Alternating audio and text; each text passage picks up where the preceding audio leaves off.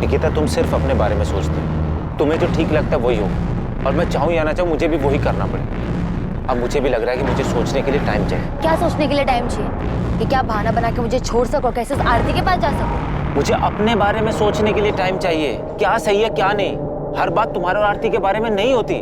पक चुका हूँ यार तुम दोनों से। क्या कहा तुमने? तुम पक चुके हो मुझसे? निकिता, हमें एक दूसरे को थोड़ा टाइम देना चाहिए, ये हम दोनों के लिए अच्छा रहेगा।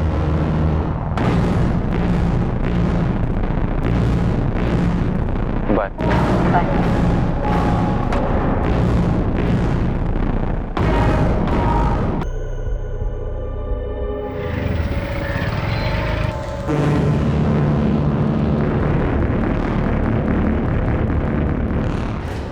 हाँ, सब सही बोले आप।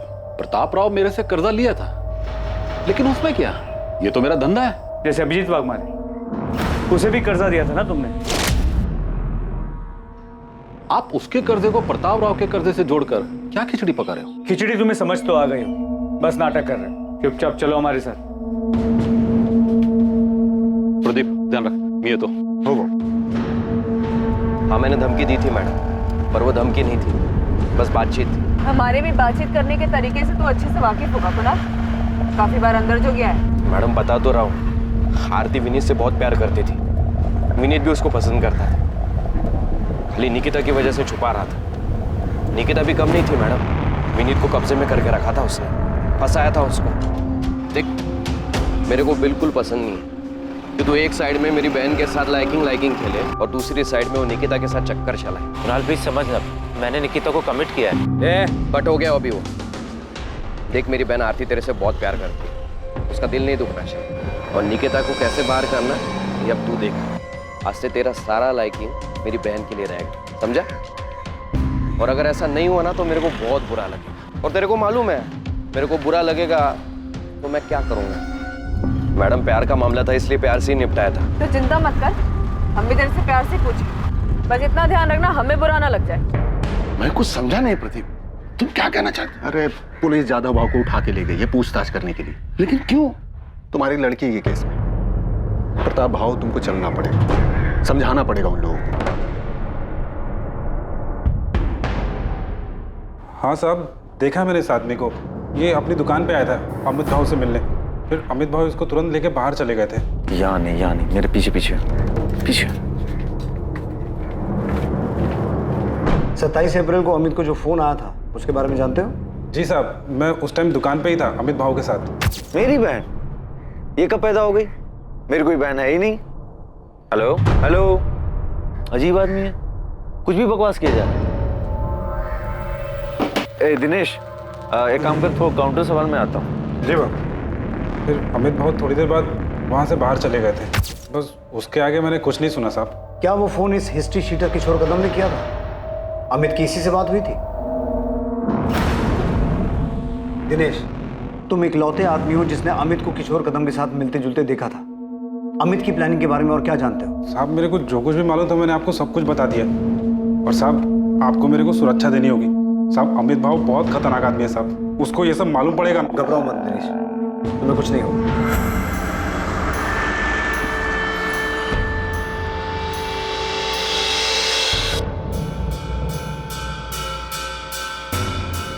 मोहिते, माने, मैंने महाबलेश्वर पुलिस को फोन कर दिया है, अभी निकलो, अमित भावे को उठा के लाओ। जी सर। आरती, है तुम्हारे कजन कुणाल सामंत की फोन लोकेशन, जिसमें साफ दिखाई दे रहा है कि 27 अप्रैल को ये उसी एरिया में था जहाँ से हमें निकिता की लाश मिली। हाँ, तो मुझे इसके बारे में कुछ नहीं पता। मैडम, मैं आपको पहले ही बता चुका हूँ, हो सकता मैं वहां से निकला हूँ, लेकिन अब सातारा इतना बड़ा भी शहर नहीं है कि किसी एक जगह से निकलना बड़ी बात है। अब मैं वो दिन वो टाइम उधर से क्रॉस किया और उधर ही निकिता के साथ कुछ हुआ तो आप मेरे को फंसाओगे? मतलब क्यों आरती, इसने तुझे पहले सिखा दिया था ना कि पकड़े गए तो पुलिस के सामने यही बोलना है? मैडम, अगर इसने इतनी स्मार्ट प्लानिंग की है जो आप बता रहे हैं, तो आप ये भी बताइए कि सेम टाइम पे ये इतना बेवकूफ कैसे हो सकता है कि क्राइम की जगह पे ये अपना फोन लेके जाएगा? देखिए मैडम, आपको पता चला कि मैंने विनीत को धमकी दी थी, लेकिन ये बात तो मैं आपको पहले भी कह चुका हूँ कि हाँ मैंने किया, और उसके बाद भी मुझे कुछ ऐसा करना होता तो मैं ऐसा थोड़ी ना करता जिससे आपको कोई सबूत मिले और आप मुझे सीधा पकड़ ले। नहीं कुणाल, तू हर चीज में फेल हुआ है। तूने निकिता के मर्डर को सुसाइड दिखाने की कोशिश की है जिसमें तू कामयाब नहीं हुआ है, तो उसमें भी फेल ही हुआ है। ये क्या बात कर रही है मैडम? निकिता मेरे को जानती थी तो वो मेरे साथ किधर भी आती क्या? और वो भी तब जबकि उसको ये पता था कि मैंने विनीत को धमकाया था। ये सच बोल रहा है। धमकी वाली बात को लेके निकिता ने मुझसे झगड़ा भी किया था। आरती, जब तेरे डोरे डालने से कुछ नहीं हो पाया तो तूने अपने लुच्चे लफंगे भाई को भेजा विनीत को धमकाने के लिए। तू मुझसे सवाल कर रही है? खुद को देखा है तूने? जब तू विनीत को रोक नहीं पाई मेरे पास आने से, उसको ब्लैकमेल करने लगी कि वो मुझसे दूर रहे। देख आरती, मुझे सब ब्लैकमेल करने की कोई जरूरत नहीं है क्योंकि वो तुझे पसंद ही नहीं करता है। अच्छा, तुझे पता है मुझे प्राइवेट मैसेजेस करता है? आरती, विनीत मेरा बॉयफ्रेंड है, वो तेरे इस जाल में कभी नहीं फंसेगा। तो बेहतर यही होगा तो अपने ये डोरे किसी और पे डाल, शायद कोई फंस जाए। अगर वो तुझसे इतना ही प्यार करता है तो इतना डर क्यों रही है कि वो तुझे छोड़ के मेरे पास आएगा? विनीत मेरा है और सिर्फ मुझसे प्यार करता है। ये सारी बकवास ना तो अपने दिमाग से निकाल दे कि तेरे उस छिछोरे भाई को विनीत को धमकाने के लिए भेजेगी और वो तेरा हो जाएगा, क्योंकि ये सब करके भी तू देख चुके हो बुरी तरीके से हार गई है। तो एक लूजर है और लूजर ही रहेगी, समझी? दूर रहे विनीत से। मैंने कुणाल से सिर्फ हेल्प मांगी थी और उस हेल्प का मतलब किसी को नुकसान पहुंचाना नहीं था। मेरा और निकिता का खुला झगड़ा था, सबके सामने था, हम छुप के नहीं लड़ रहे थे और इसके लिए मैं निकिता के साथ ऐसा कुछ करूंगी? मैडम मेरी हिस्ट्री है, मैं जुआ खेलता हूँ, पॉकेट मारता हूँ, लेकिन रेप जैसी गंदी हरकत मैंने कभी नहीं की और ना ही मैंने किसी का मर्डर किया। मैं जानता हूँ मैडम आप मेरे पे भरोसा नहीं करोगे, पर क्या निकिता मेरे पे भरोसा करती? वो मेरे साथ ऐसे ही आ जाती क्या? और मैं उसके साथ ऐसा सब कुछ करता तो वो चीखती चिल्लाती भी नहीं। कुणाल, निकिता का फोन कहाँ है? मैडम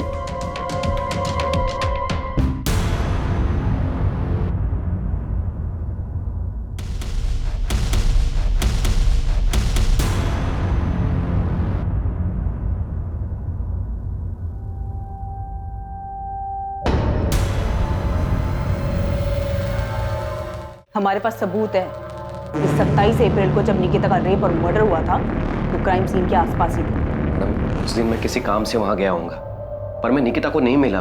मैंने उसके साथ कुछ भी नहीं किया मैडम, मैं सच बोल रहा हूँ। ये एक लव ट्रायंगल था जहाँ पे हम एक दूसरे के खिलाफ थे, दुश्मन थे हम एक दूसरे के, झगड़ा करते थे हम एक दूसरे के साथ, लेकिन फिर भी मैं कुणाल को निकिता के पीछे नहीं भेजूंगी। इतनी सी बात आपको समझ नहीं आती? नहीं आ रही, क्योंकि ये झूठ है आरती। सच ये है कि तूने इस गुंडे को भेजा था विनीत को धमकाने के लिए कि ये निकिता से दूर है, लेकिन ऐसा हुआ नहीं। सच ये है कि निकिता अब जिंदा नहीं है, ये बताने के लिए कि ये गुंडा कई बार गया तो उसे धमकाने के लिए। सच ये है कि निकिता जिंदा नहीं है, बताने के लिए कि उसका रेप और मर्डर इसी कुणाल ने किया है।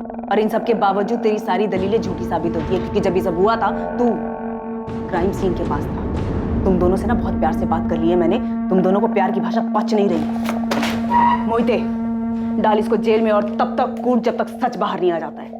अरे मैडम मेरी बात तो सुनिए।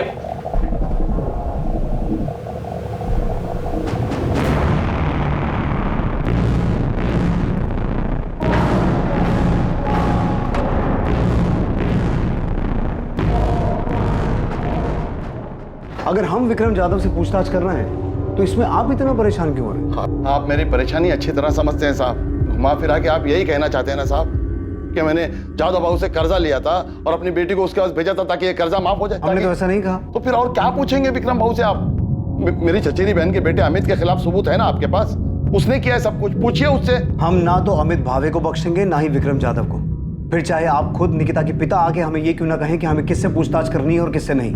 आप ये कहना चाहते हैं कि एक बाप ने खुद अपनी बेटी को उस आदमी के पास भेजा था जिससे उसने कर्जा लिया था? प्रताप राव जी, हम किसी ऐसे नतीजे पर नहीं पहुंचे हैं, लेकिन आप जिस तरीके से जोर देकर इस बात पे अड़े हुए हैं कि हमें विक्रम जाधव से पूछताछ नहीं करनी चाहिए, उससे कुछ चीजों पर शक हो रहा है।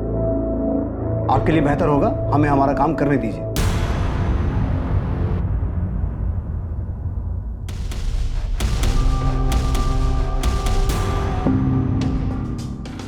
अलका और अभिजीत के सुसाइड करने के बाद मैं माना था मैं गलती किया था, एक जानवर जैसा। जानवर जैसा नहीं, तू जानवर ही है विक्रम जाधव। हाँ साहब, मैं माना मुझे वैसा नहीं करना चाहिए था। जिस बात से बाद में तू अदालत में मुकर गया कि तूने अलका वाघमारे के साथ ऐसा कुछ किया था, और वो बेचारी भी मरने से पहले ऐसा कुछ छोड़ के नहीं गई जिससे तुझे तेरे किए की सजा मिले। सुरवे, हमारे पास इस बात के पुख्ता सबूत थे कि अलका वाघमारे को विक्रम जाधव की कोठी के बजाय फ्लैट पे बुलाया गया अकेले, जो कि मानदेव चौक में है। हमने विक्रम जाधव को अरेस्ट भी किया और उसने यही कहा कि उसने कभी पैसों को लेकर अलका या उसके पति पे दबाव नहीं डाला। मूल तो छोड़ो, 2 साल से ब्याज भी नहीं दे पा रही थी, जिसका इसने फायदा उठाया, और जब ये नहीं टूटा तो हमने इसके राइट हैंड प्रदीप को तोड़ा।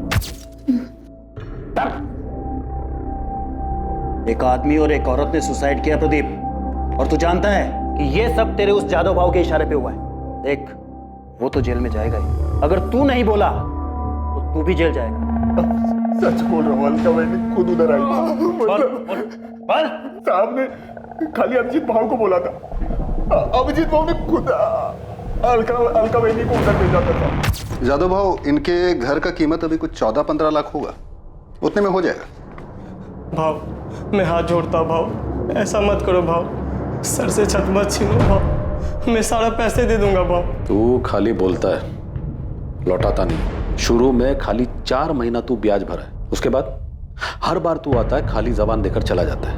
अभी क्या करेगा तेरा खाली जबान का मैं? जैसे जैसे होगा पैसे दे दूंगा भाव। ठीक है, अभी अगर तू ये जबान और दुहाई देने की बात छोड़कर कुछ और देने की बात करे तो मैं तेरा थोड़ा बहुत ब्याज, थोड़ा बहुत क्यों, बहुत सारा पैसा भी माफ कर सकता हूं। जादव भाव ने खाली प्रपोजल दिया, कोई जबरदस्ती नहीं की थी। प्रपोजल नहीं कहते हैं इसे कहते हैं मजबूरी का फायदा उठाना, समझा? जिस दिन तेरे सेठ ने अलका के साथ ये सब कुछ किया था ना, उसी दिन अलका और उसके पति अभिजीत ने सुसाइड कर लिया था। पाड़ेकर, तुम्हें क्या लगता है निकिता के केस में भी यही हुआ होगा? इस विक्रम जाधव ने निकिता के बाप को प्रपोजल दिया, विक्रम ने निकिता के साथ जबरदस्ती की और 100% यही हुआ। नहीं तो एक सीधी सादी पढ़ने लिखने वाली लड़की जिसकी लाइफ में कोई प्रॉब्लम नहीं है, वो भला अचानक सुसाइड क्यों करेगी? पता नहीं, लेकिन मुझे यकीन है कि ये सुसाइड नहीं, मर्डर है। फिर बोल नहीं सकता, मगर ये कंफर्म है कि ये आदमी औरतों के मामले में घटिया है। साहब मैं मानता हूं मैंने गलत किया, पर अभिजीत और अलका के बाद आई शपथ मैंने ऐसा कुछ नहीं किया। और ऊपर से जब मेरे को पता चला कि प्रताप राव के साथ ऐसा कुछ हुआ है तो मैंने सामने से खुद जाकर उसका कर्जा माफ किया। तो तू अब धर्मात्मा बन गया है जो सामने से जाके माफ किया? नहीं साहब, मैं धर्मात्मा नहीं बना साहब, मैं डर गया था। जब मुझे पता चला कि प्रताप राव की लड़की ने सुसाइड की करके, तो मेरी हालत टाइट हो गई। मैं समझ गया कि ले दे के प्रताप राव के कर्जे की बात सामने आएगी तो मेरी भी हिस्ट्री खुल जाएगी। इसलिए साहब मैं सच बोल रहा हूँ, मैंने सच्चे मन से उसका कर्जा माफ किया। अरे पहले उसकी बेटी के साथ ये सब करेगा, फिर कर्जा माफ करने का नाटक करेगा? नहीं साहब, मैंने कुछ नहीं है किया साहब। आप बेकार में मेरे पीछे पड़ के असली मुजरिम को खुला छोड़ रहे हो। आई शपथ मैं बोल रहा हूँ साहब, मैंने कुछ नहीं किया साहब, मैंने कुछ नहीं किया। सचिन, इसके राइट हैंड प्रदीप को उठा। अलका वाघमारे केस में वो टूटा था, इस केस में भी वही टूटेगा। तबीयत से धुलाई करो उसकी।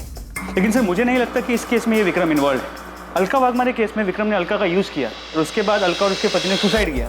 लेकिन सर इस केस में, सचिन मैं जानता हूं तुम्हें लगता है ये सुसाइड नहीं मर्डर है, लेकिन अगर कोई इस केस को सुसाइड की शक्ल देकर मर्डर को छुपा सकता है तो सुसाइड को कवर अप करने के लिए कोई इस केस को मर्डर की शक्ल भी दे सकता है। ये जादव बहुत घटिया इंसान है। ब्याज कम करने के नाम पर अभिजीत वाघमारे को उसकी बीवी को अपने पास बुलाने का प्रपोजल दे सकता है, तो ये भी कर सकता है। ऐसे वाहियात इंसानों की फितरत कभी जाती नहीं। इसे लगा ही नहीं होगा कि निकिता सुसाइड कर सकती है। इसे क्या निकिता के बाप को भी नहीं लगा हो। बाहर वाले लोग जो बातें बना रहे हैं तो अलग, पर मालती, शिवम, तुम लोग मुझसे ऐसे घटिया सवाल कैसे कर सकते हो कि मैंने निकिता को जादव के पास भेजा था? तुमको लगता है कि मैं ऐसा करूं? और आपको क्या लगता है ताई सुसाइड क्यों करेगी? उस आरती की वजह से। उसने सुसाइड नहीं किया है, ये सब उस कमीने अमित भावे ने किया है। उसने पुलिस को झूठ बोला है कि उसको गुमनाम फोन आया था। ये सब उस हिस्ट्री शीटर किशोर कदम ने किया है। पुलिस उस किशोर कदम को पकड़ नहीं पा रही है, इसलिए अपने आप को बचाने के लिए विक्रम की बलि चढ़ाना चाहती है।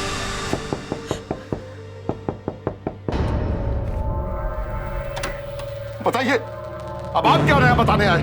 बताने नहीं, पूछने आया। आपने हमें ये क्यों नहीं बताया कि विक्रम जाधव आपसे मिलने आया था, पर आप दोनों के बीच में डील हुई थी?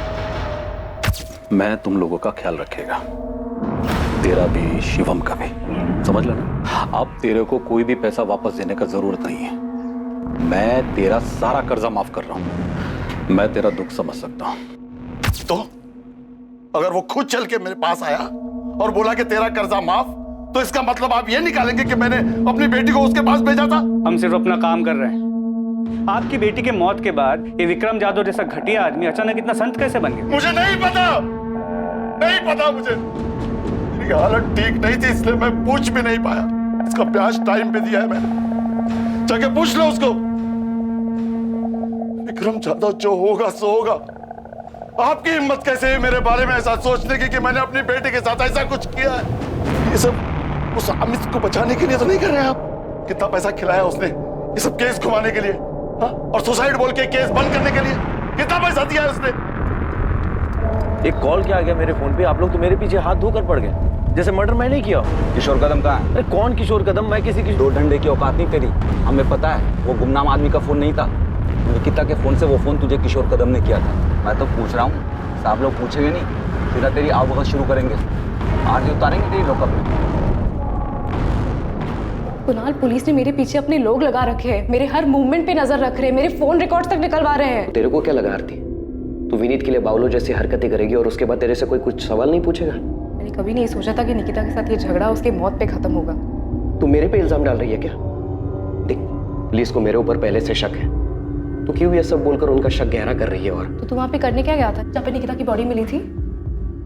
कहीं तूने तो नहीं? वाह वाह आरती, सही कर रही है, पर याद रख, अगर तू ये सब मेरे पर थोपेगी ना तो तू भी मेरे साथ कटघरे में है। मैं समझ गया तू कितनी सेल्फिश है। तूने विनीत के लिए मेरा यूज किया और अब जब निकिता मर गई तो खुद को बचाने के लिए मुझे बलि का बकरा बना रही है। एक बात याद रख, अगर तू मुझे फंसाएगी ना तो तू भी नहीं बचेगी।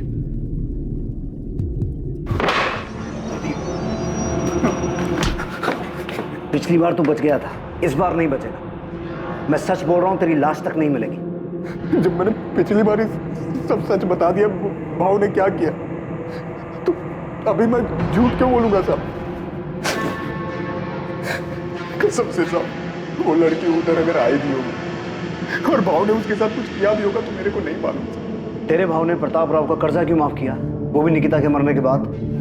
जितना मुझे मालूम है, भाव लड़की के मरने के बाद बहुत डर गया था। उसको वो अलका वाघमारे वाला मामला याद आ गया था। अभी अगर भाव और प्रताप राव किसी खोपचे में कोई डील किए होंगे तो मेरे को नहीं मालूम। निकिता का फोन कहाँ है? नहीं पता साहब। निकिता उधर मेरे सामने नहीं आई होती तो मैं फोकट में इतना मार खाता। झूठ बोलता, वो भी भाव को बचाने के लिए। तेरी दुकान में काम करने वाले दिनेश को खड़ा करूं तेरे सामने, बुलाऊं उसे? वो भी बोलेगा और तेरे कॉल रिकॉर्ड्स भी यही बोलेंगे कि तेरी किशोर कदम से बातचीत हुई थी। मैं मानता हूँ कि किशोर से मेरी बात, उससे बातचीत नहीं, उसे साजिश कहता है, जो तूने किशोर के साथ मिलके की थी, कि पहले निकिता का रेप करना और फिर उसे पेड़ से लटका देना। बोल, यही प्लानिंग की थी ना तूने? नहीं सर, मैंने किशोर कदम को हायर किया था सिर्फ प्रताप मामा को धमकाने के लिए, ताकि वो मेरी जमीन मुझे वापस कर दे। और जो केस कोर्ट में चल रहा है वो केस कोर्ट के बाहर ही खत्म हो जाए। केस तो बहुत लंबा चलेगा और बहुत भारी पड़ेगा तुझ पे। सिर्फ धमकी देने के लिए हायर किया था उसे, तो प्रताप राव को धमकी दी उसने? सर मुझे नहीं पता कि काम किया कि नहीं किया, लेकिन निकिता को नुकसान पहुंचाने जैसी कोई बात नहीं हुई थी। भाऊ, खाली धमकी देने से कुछ नहीं होगा, उनको मालूम हो जाएगा धमकी तुम दिलवाए। पहले से कितना लुच्चा है तुम लोगों का, मालूम नहीं है तुमको? अब लेकिन ऐसा कुछ और नहीं करने का है, सिर्फ धमकी देना है, सिर्फ धमकी। तो अभी बोले ना उसका एक बेटा है, एक बेटी है, दोनों में से किसी एक को। अरे नहीं, ऐसा कुछ नहीं कराना है। ठीक है, फिर खाली धमकी का 1 लाख लगेगा, 50 एडवांस। और एक बार धमकी देने से कुछ नहीं होगा, कम से कम 3-4 बार देनी पड़ेगी, तब जाके असर होगा। ठीक है, ये रहा एडवांस, और याद रहे हाँ, सिर्फ धमकी देनी है, सिर्फ धमकी। किशोर कदम कहाँ है? सर मुझे नहीं पता कहाँ है। तूने निकिता को इसीलिए टारगेट किया था ना, कि तूने उसे सेटलमेंट करवाने के लिए फोन किया था और उसने तुझे उल्टा सुना दिया? नहीं सर, मैंने ऐसा कुछ भी नहीं करवाया, और किशोर को सिर्फ मैंने जबानी धमकी देने के लिए कहा था। और तुझे क्या लगा वो इतना दूध का दूल्हा है कि तू जितना कहेगा वो उतना ही करेगा? साले रेप की हिस्ट्री है उसकी। किशोर कदम का फोन कब से बंद है? जब से क्या? जब से निकिता के नंबर से मेरे नंबर पे फोन आया था, तब से उसका नंबर बंद है। तुझे उस दिन फोन किशोर ने किया था, अपने फोन की बजाय निकिता के फोन से। उल्टा तुझे टोपी पहना गया वो, है ना? मुझे भी उस दिन 1 मिनट के लिए ऐसा ही लगा था कि कहीं किशोर ने कोई अलग कांड तो नहीं कर दिया, लेकिन मैं सच कह रहा हूँ, उस दिन फोन पर किशोर नहीं था। अजीब आदमी है, कुछ भी बकवास किया जा रहा है। सर मुझे बाद में ठनका कि कहीं किशोर ने मुझे फंसाने की कोई चाल तो नहीं चल दी। सर मैं बहुत घबरा गया था, मैंने किशोर को फोन किया, उसका फोन बंद आ रहा था। सर आज तक बंद है। तो तू उसी टाइम समझ गया था कि बहन मतलब निकिता, और किशोर ने 100% उसके साथ कुछ किया है? उस दिन किशोर को सिर्फ मैंने धमकी देने के लिए कहा था और कुछ नहीं। और जो फोन पे आवाज थी सर वो किशोर की नहीं थी। सर मैं सच कह रहा हूँ, मैं झूठ नहीं कह रहा। उस समय तक सारे नंबर मेरे मोबाइल में ट्रांसफर नहीं हुए थे और किशोर को सिर्फ मैंने धमकी देने के लिए पैसे दिए थे। अच्छा, मतलब वो रेप और मर्डर उसने अपने मन से किए थे। चल मान लिया हमने कि तू बहुत ही शरीफ आदमी है। जा महाबलेश्वर जा अपने घर, जा आराम कर जा। जा। जब तक किशोर कदम मिल ना जाए ना, इसकी खूब सेवा करो, दिल से सेवा करो। निकिता के साथ जो कुछ भी हुआ है, यही साला उसकी जड़ है। सर मैं सच कह रहा हूं, मैंने कुछ नहीं किया सर। सर क्या वाकई किशोर कदम ने अमित की बात अनसुनी करते हुए इस जुर्म को अंजाम दिया था? अमित भावे की बात का तथ्य तब तक साबित नहीं हो सकता था जब तक किशोर कदम पुलिस के हाथ नहीं लगता और उससे पूछताछ नहीं हो जाती। किशोर तक पहुंचने के लिए पुलिस ने महाराष्ट्र के हर शहर में उसकी तलाश शुरू कर दी थी। उसकी खबर देने वाले को इनाम देने की घोषणा तक की गई थी। किशोर को गिरफ्त में लेने के लिए शहर और शहर के बाहर के सभी पुलिस नेटवर्क उसकी तलाश में लगा दिए गए थे। मुझे किशोर कदम नाम के आदमी ने कभी कोई धमकी नहीं दी, पर इस बात में कोई शक नहीं है कि जो कुछ मेरी बेटी के साथ हुआ है उसमें अमित का हाथ है। सीधे सीधे इस सवाल का जवाब दीजिए।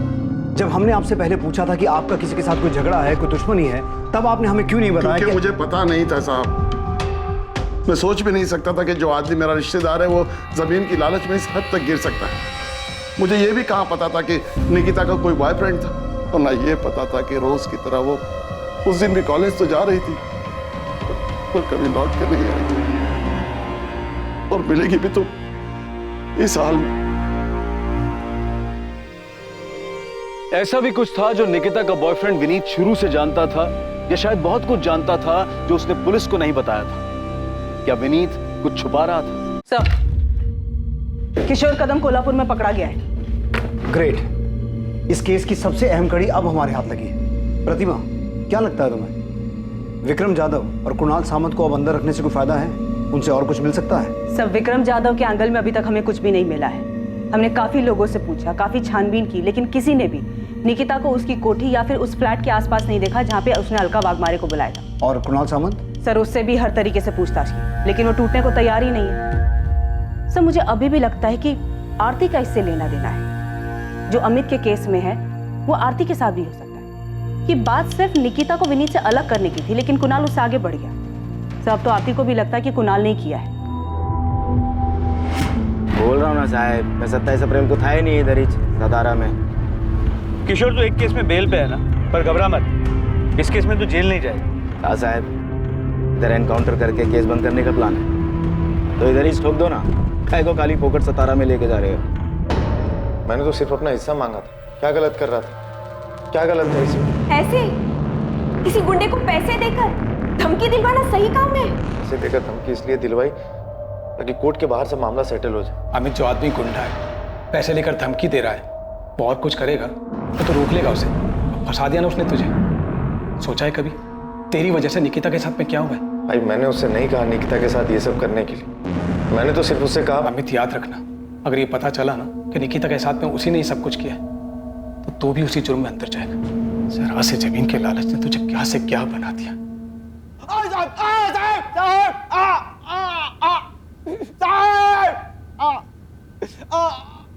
3 दिनों तक लगातार पूछताछ और मार खाने के बावजूद किशोर कदम ये कबूल करने को तैयार नहीं था कि उसने ये जुर्म किया था। वो सिर्फ इस जुर्म से ही नहीं बल्कि इस बात से भी इनकार कर रहा था कि अमित भावे से पैसे लेने के बावजूद उसने कभी निकिता को निशाना बनाया या उसके परिवार के किसी इंसान को धमकी भी दी थी। सोच ले किशोर, यही सड़ता रहेगा, बाहर की हवा कभी नसीब नहीं होगी। ना तुझे ना अमित भावे को। थक जाओगे साहब, मैं फिर भी यही बोलूँगा। हम नहीं थकेंगे, हमारी चिंता मत कर। अब अगर अपनी सलामती चाहता है तो ये बता कि रस्सी कहाँ से खरीदी? हाथ से गला घोंट के मारा या रस्सी गले में डाल के? साहब, जब इतना मान के बैठे हो तो मेरे मुंह से सुनने का क्या मतलब? साहब, मैंने पैसा धमकी देने के लिए लिया था और वो भी नहीं दिया, खाली पैसा कब्जे किया। लड़की का छोड़ो साहब, उसकी फैमिली के किसी एक आदमी के पीछे नहीं गया मैं। आप लोग मेरे को एड़ा समझते हो? मैं लड़की के फ़ोन से अमित को फ़ोन करूंगा? मेरे को समझ में नहीं आता क्या? क्या देख रहे हो साहब, मैंने उस लड़की के साथ कुछ भी नहीं किया है। किसने नहीं किया? विक्रम जाधव ने नहीं किया, कुणाल सामंत ने नहीं किया, तो फिर किया किसने? सर, प्रतिमा विनीत से बात कर रही है, उसके और निकिता की आखिरी मीटिंग के बारे में। प्रतिमा को अब भी लगता है कि विनीत पूरा सच नहीं बता, कुछ छुपा रहा है। मैडम, मैं कुछ नहीं छुपा रहा हूँ, सच बोल रहा हूँ। आरती के भाई ने तुझे धमकी दी। आरती और निकिता के बीच में तेरी वजह से झगड़ा चल रहा था और निकिता ये भी जानती थी कि तू आरती को मैसेज करता था, फिर भी निकिता तेरे जैसे डबल ढोलकी पे विश्वास करती कि मैडम मैं कोई डबल ढोलकी नहीं हूँ। आरती के साथ मेरा कुछ नहीं था, मैं निकिता से प्यार करता था। हाँ, कुछ टाइम के लिए मैं आरती की तरफ अट्रैक्ट हो गया था और निकिता कुछ ज्यादा इस बात से डर गई। और इसी बात का डर उसे उस दिन भी था ना? नहीं, वो नाराज थी कि मैंने आरती को मैसेज किया और इसी बात से परेशान थी। वो ये समझ ही नहीं रही थी कि वो मुझे लेके बहुत ज्यादा पोजेसिव हो रही थी। परेशान हो गया था उसकी इस आदत से। और इस परेशानी का हल तूने ये निकाला कि उसे नहीं, बिल्कुल नहीं। हाँ, बस थोड़ा तंग जरूर आ गया। निकिता, तुम सिर्फ अपने बारे में सोचते हो, तुम्हें जो ठीक लगता है वही हो, और मैं चाहूँ या ना चाहूँ मुझे भी वही करना पड़े। अब मुझे भी लग रहा है कि मुझे सोचने के लिए टाइम चाहिए। क्या सोचने के लिए टाइम चाहिए? कि क्या बहाना बना के मुझे छोड़ सको, कैसे आरती के पास जा सको? मुझे अपने बारे में सोचने के लिए टाइम चाहिए, क्या सही है क्या नहीं। हर बात तुम्हारे और आरती के बारे में नहीं होती। पक चुका हूँ यार तुम दोनों से। क्या कहा तुमने? तुम पक चुके हो मुझसे? निकिता, हमें एक दूसरे को थोड़ा टाइम देना चाहिए, ये हम दोनों के लिए अच्छा रहेगा।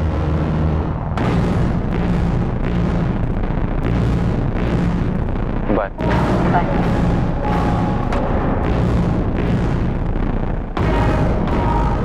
आरती को लेकर उस दिन फिर हमारे बीच में झगड़ा हुआ। निकिता भी थोड़ी अपसेट हो गई थी, मैं भी परेशान हो गया था, इसलिए मैंने निकिता को उसके बाद कॉल नहीं की। मैं कुछ टाइम के लिए अकेला रहना चाहता था। उसका फ़ोन नहीं आया, मुझे लगा कि शायद वो मेरी बात समझ गई, इसलिए फ़ोन नहीं कर रही। ये बात तूने हमें पहले क्यों नहीं बताई? क्योंकि ये मैडम हमारा पर्सनल था और निकिता के साथ जो हुआ है उसका इससे कोई लेना देना नहीं। तुझे कैसे पता लेना देना है कि नहीं? वो मवाली कुणाल या उसकी बावली बहन आरती, उन्होंने निकिता के साथ कुछ नहीं किया होगा? नहीं, मुझे नहीं लगता उन्होंने कुछ किया। मुझे लगता है निकिता के साथ कुछ और हुआ। कुछ और मतलब? ये तो मुझे नहीं पता, पर जो भी हुआ है उसका मुझसे कोई वास्ता नहीं।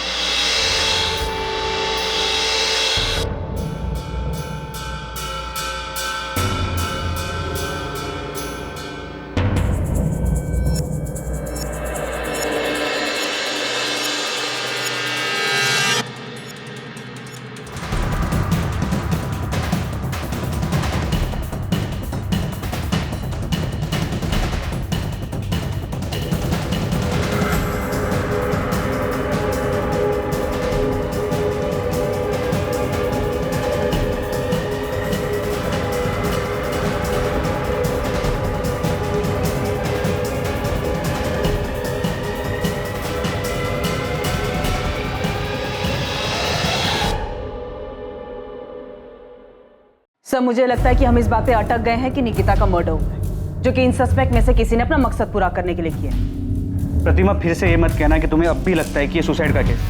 प्रतिमा, अगर सुसाइड किया हो तो उसके पीछे कोई रीजन तो होना चाहिए। विक्रम जाधव की थ्योरी में कोई भी सुराग सामने नहीं आया कि उसने निकिता के साथ रेप किया, इसी वजह से उसने सुसाइड किया। तो फिर क्या हो सकता है? पता नहीं सर, पर मुझे अभी भी लगता है कि कुछ तो था जिसकी वजह से निकिता दुखी थी। ये हमने सीसीटीवी फुटेज में भी देखा है। प्रतिमा, हमें ये भी पता है कि उसके मरने से पहले उसके साथ रेप हुआ था। यस सर, याद है मुझे। सर, ये सुसाइड नहीं, मर्डर है। अगर हम ये मान भी लेते हैं कि विक्रम जाधव ने उसके साथ कुछ किया था, वो उसे बर्दाश्त नहीं कर पाई और उसने सुसाइड कर ली, तो तब भी उसके फ़ोन के गायब होने के पीछे क्या कारण हो सकता है? क्या उसने सुसाइड करने से पहले अपना फ़ोन खुद फेंक दिया, जो आज तक नहीं मिला? सर, इससे ये साफ हो जाता है कि ये सुसाइड नहीं, मर्डर है। और ये मैं 100% श्योर होकर कहता हूँ। निकिता को रस्सी से गला घोट के मारा गया और फिर उसी रस्सी से उसे पेड़ से लटका दिया गया, इसीलिए उसके गले पे सिर्फ रस्सी का निशान, और पेड़ पे लटकाने की वजह से उसकी गर्दन की हड्डी टूट गई, जो हमें कंफ्यूज कर रही है। सर, क्राइम सीन पे निकिता का फोन नहीं मिला है, इससे ये साफ होता है कि जिसने भी निकिता को मारा है वो उसका फोन अपने साथ लेकर चला गया। पर ये हो कौन सकता है? सारे हिस्ट्री शीटर्स को हमने तोड़ा है, उन पर नजर रखे हुए हैं, उनमें से कोई नहीं है, तो फिर है कौन?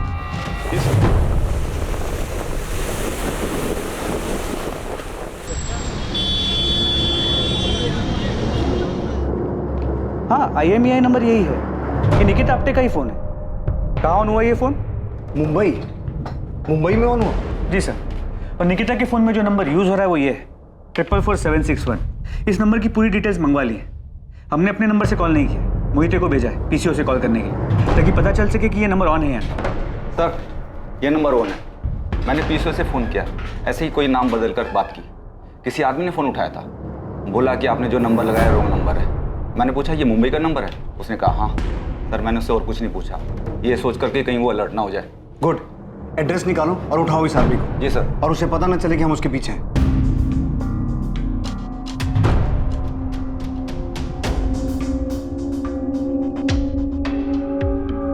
सर नंबर किसी अविनाश मोरे के नाम पे रजिस्टर्ड, कांदिवली का एड्रेस। फौरन मुंबई के लिए निकलो और इस आदमी को उठा के लाओ। प्रतिमा, इसकी फोटो निकिता की फैमिली को दिखाओ और पता करो इसे पहचानते हैं क्या, और ये भी चेक करो इसकी कोई क्रिमिनल हिस्ट्री है क्या। ठीक है सर।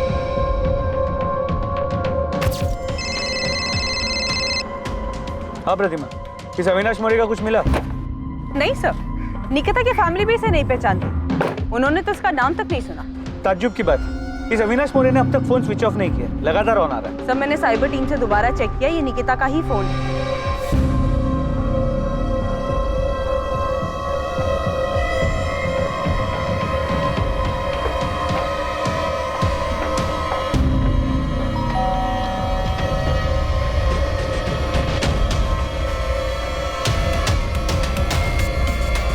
जी अविनाश मोरे। जी भाई हूँ। तू जो फोन यूज करता है वो कहाँ है? आप लोग हैं कौन और ये पूछ क्यों रहे हैं? सतारा। और साहब आप मेरा फोन क्यों देखना चाहते हैं? क्योंकि वो फोन तेरा नहीं, किसी और का है। नहीं, ये तेरा फोन नहीं। साहब ये मेरा ही फोन है। तेरा नंबर 444761 3 दिन पहले एक फोन में एक्टिव हुआ था, वो फोन कहाँ है? साहब लेकिन हुआ क्या है? 3 दिन पहले तेरा नंबर जिस फोन में एक्टिव हुआ था वो फोन सतारा के निकिता आप्टे का है, जिसका 6 महीने पहले रेप और मर्डर हुआ है। वो सब तो मुझे पता नहीं है, लेकिन इसी फोन में मैंने 3 दिन पहले सिम डाला था। अविनाश वो फोन ऐसे नहीं, ऐसे दिखता है। सर इसे लॉकअप में ले जाके पूछते हैं, तब याद आ जाएगा इसे। अरे साहब इसमें याद क्या करना, मैं सच कह रहा हूँ साहब। साहब मेरा फोन खराब हो गया था, डिस्प्ले गया था उसका, मैंने उसे बनने के लिए डाला था और राजू की दुकान से काम चलाने के लिए ये फोन मैंने 1000 रुपए का खरीदा था। चल राजू के दुकान पे ले चलो। हाँ चलो साहब। चल राजू इनको बताओ कि ये फोन मैंने तुमसे ही खरीदा था ना? हाँ साहब, ये फोन मैंने ही बेचा था उसको। इस फोन का जो IMEI नंबर है वो उस लड़की के फोन का है जिसका सतारा में 6 महीने पहले रेप और मर्डर हुआ। IMEI नंबर सेम है, लेकिन उसका फोन ये था। हमारे पास एक कंफर्मेशन है कि निकिता के फोन का मॉडल ये है, और हमने ये भी कंफर्म किया कि इस फोन का जो IMEI नंबर है वो निकिता के फोन। साहब ये जो आप फोटो दिखा रहे हैं ना फोन का, ये बिकने के लिए आया था मेरे पास, मैं ही खरीदा था। किससे खरीदा था? ऐसे ही चलते फिरते एक बंदा आया था बेचने के लिए। मेरे को ये फोन बेचने का है, बंद पड़ा है, चल नहीं रहा। चल ही नहीं रहा है? नहीं। अरे भाई इसका तो बॉडी भी डैमेज है, मेरे भी किसी काम का नहीं, खरीद के करूंगा क्या इसको? अरे देख लो, मोबाइल का दुकान है, कुछ काम आ जाएगा आपके, जो भी दोगे चलेगा मेरे को। मैं बोला 200 रुपए से ज्यादा नहीं देगा, वो बोला ठीक है और बेच के चला गया। तो फिर वो टूटा हुआ फोन का है और उस फोन का IMEI नंबर इस अविनाश के फोन में कहाँ से आया? ये फोन का बॉडी एकदम डैमेज हो गया था, बैटरी वैटरी सब ठीक था, तो मैंने बाहर का बॉडी निकाल के फेंक दिया और अंदर का माल मटेरियल जुगाड़ करके ये फोन में फिट कर दिया। तुम्हें ये फोन किसने बेचा? उसका नाम क्या है जिसने बेचा? नाम तो याद नहीं साहब, 1-2 महीना हो गया अभी। देख राजू, हमें वो आदमी चाहिए, और अगर वो नहीं मिला ना हम तेरी जन्म पत्री बना देंगे कि तूने सतारा में उस लड़की के साथ रेप और मर्डर किया। खाली पीली मेरे को काहे को फंसा रहे साहब, मैं तो खाली फोन खरीदा था। जिसने फोन बेचा उसका हुलिया याद है? साहब याद करने की कोशिश करता हूँ साहब। नहीं, ये भी नहीं, ये नहीं, ये था ना? नहीं साहब ये भी नहीं था। जैसा वो सब बोले ना वैसा मैं आपको उसका हुलिया बताने को तैयार हूँ। सच्ची साहब, जितना याद है सब बताऊंगा, बिल्कुल नहीं घुमाऊंगा, कसम से।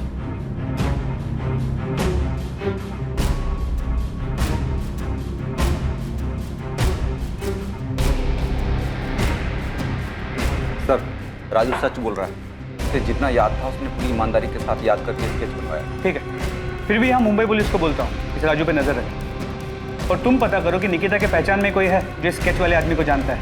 ठीक है सर। स्केच को तुम्हारे फोन और मेल दोनों पे भेजा, ये नहीं पता कि ये स्केच उस फोन बेचने वाले आदमी से कितना मिलता। तुरंत इस स्केच को सभी जगह भेजो और पता करो कि स्केच से मिलता जुलता दिखने वाला भी कोई आदमी है। यस सर, मैं सभी जगह सर्कुलेट कर देती हूँ। राजू की मदद से जो स्केच बनाया गया वो उस आदमी की शक्ल के काफी नजदीक था जिसने राजू की दुकान पर निकिता का मोबाइल बेचा था। वो आदमी वास्तव में मौजूद था और यकीनन सतारा में ही था। और निकिता से जुड़े लोगों में उसके बॉयफ्रेंड विनीत के अलावा ऐसा कोई नहीं था जिसने इस आदमी को देखा था या पहचान सकता था। कौन है मैडम ये नहीं जानता, लेकिन इसे पार्क में देखा, जहाँ और मैं निकिता हमेशा मिलते थे।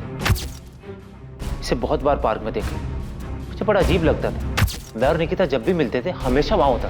क्या ये हमेशा आसपास रहता था? हाँ, ये स्केच पक्का उसी आदमी की तरह दिखता। अगर ये विनीत और निकिता के हर बार मिलने के वक्त वहाँ होता था तो इसका मतलब है ये सतारा का ही रहने वाला है और शायद कहीं आसपास का ही। लेकिन सर इसकी कोई क्रिमिनल हिस्ट्री नहीं है, पर फिर भी मैंने गोविंद और बाकी भाभी को काम पे लगा दिया ये पता करने के लिए कि ये कौन है और कहाँ रहता है। गुड, ढूंढो इसे ताकि इस केस को क्लोजर मिले और निकिता को न्याय। सर। प्रतिमा। Yes sir. तुमने बताया कि विनीत कह रहा था कि ये हमेशा पार्क में मौजूद रहता था, उन्हें घूरता था। यस सर, वो दोनों जब भी पार्क में मिलते थे ये वहां रहता था। 27 तारीख की निकिता की वो फुटेज निकालो। हमें इस एंगल के बारे में कुछ पता नहीं था, हमने कुछ मिस किया है। 27।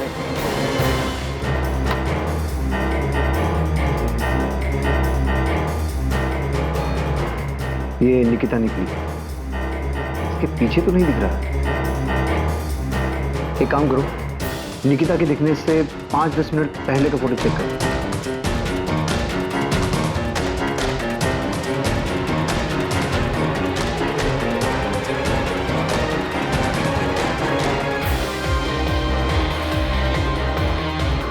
एक मिनट सर, स्टॉप कीजिए सर।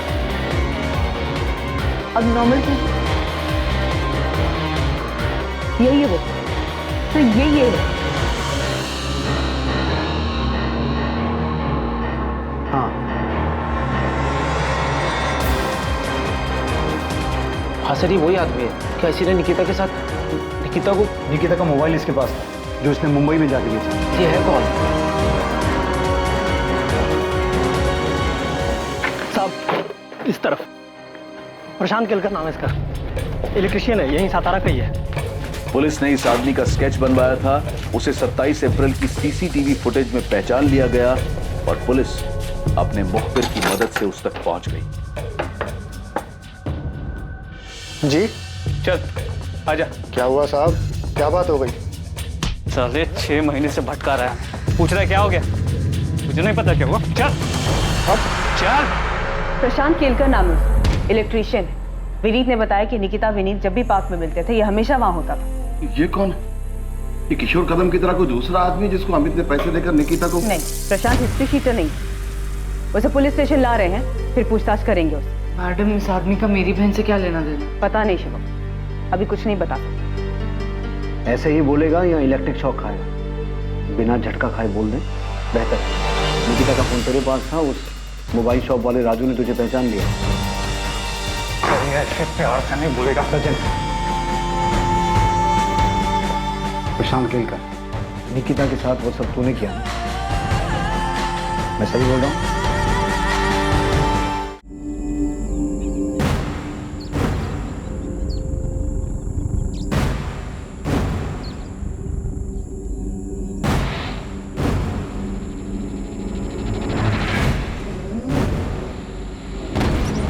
जी आप निकिता है ना?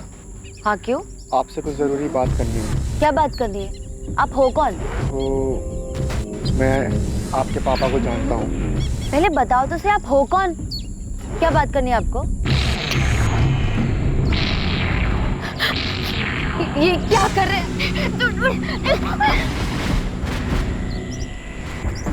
क्या आप मेरे साथ चल, वरना यहीं काट दूंगा। मुझे जाने दो। मेरे बैग में कुछ पैसे, मेरी घड़ी, मेरा फोन सब ले लो प्लीज, मुझे ऐसे जाने दो। मुझे ये सब कुछ नहीं चाहिए, मुझे सिर्फ तू चाहिए, सिर्फ तू। कब से तेरे पीछे हूँ, आज जाकर मिली है तू।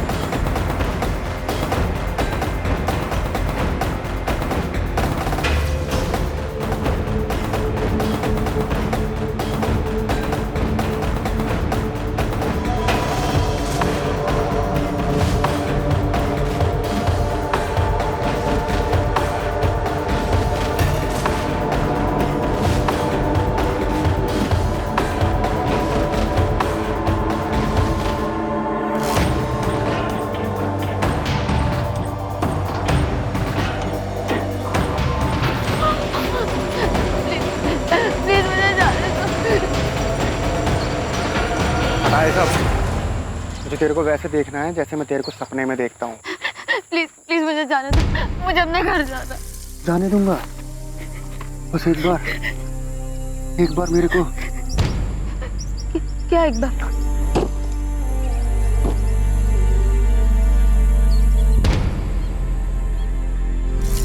ये ले, पहन ले।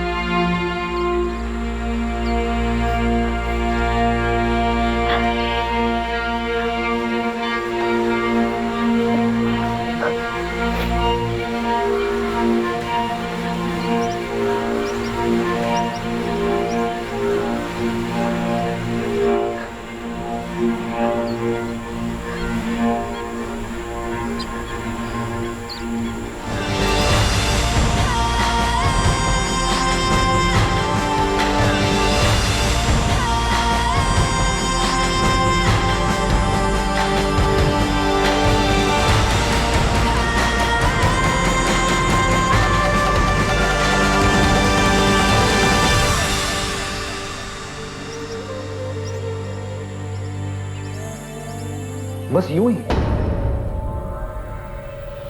तूने उसे देखा, वो तुझे पसंद आ गई, इतना कि वो तेरी सनक बन गई। निकिता का फोन तेरे पास 6 महीने से था, तूने उसे ऑन क्यों नहीं किया? पर 6 महीने बाद मुंबई जाके क्यों भेजा? मैं अखबार में पढ़ रहा था। जोर से बोल, सुनाई देना चाहिए।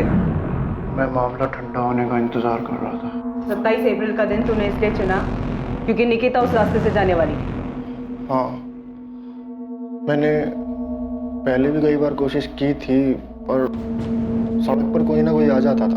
तो तूने देखा कि 27 तारीख को उस रास्ते पे आसपास कोई नहीं था, सुनसान था, तो तूने ऐसा किया? हाँ। तूने निकिता के भाई अमित को फोन क्यों किया? तू जानता है उसे? नहीं। तो उसे फोन क्यों किया? मुझे बुरा लगा कि उसके परिवार वाले परेशान हो रहे होंगे कि कहाँ गई, तो इसलिए मैंने उसका फ़ोन उठाया और देखा किसको फ़ोन कर सकता हूँ, तो मैंने उसका नंबर डायल कर दिया।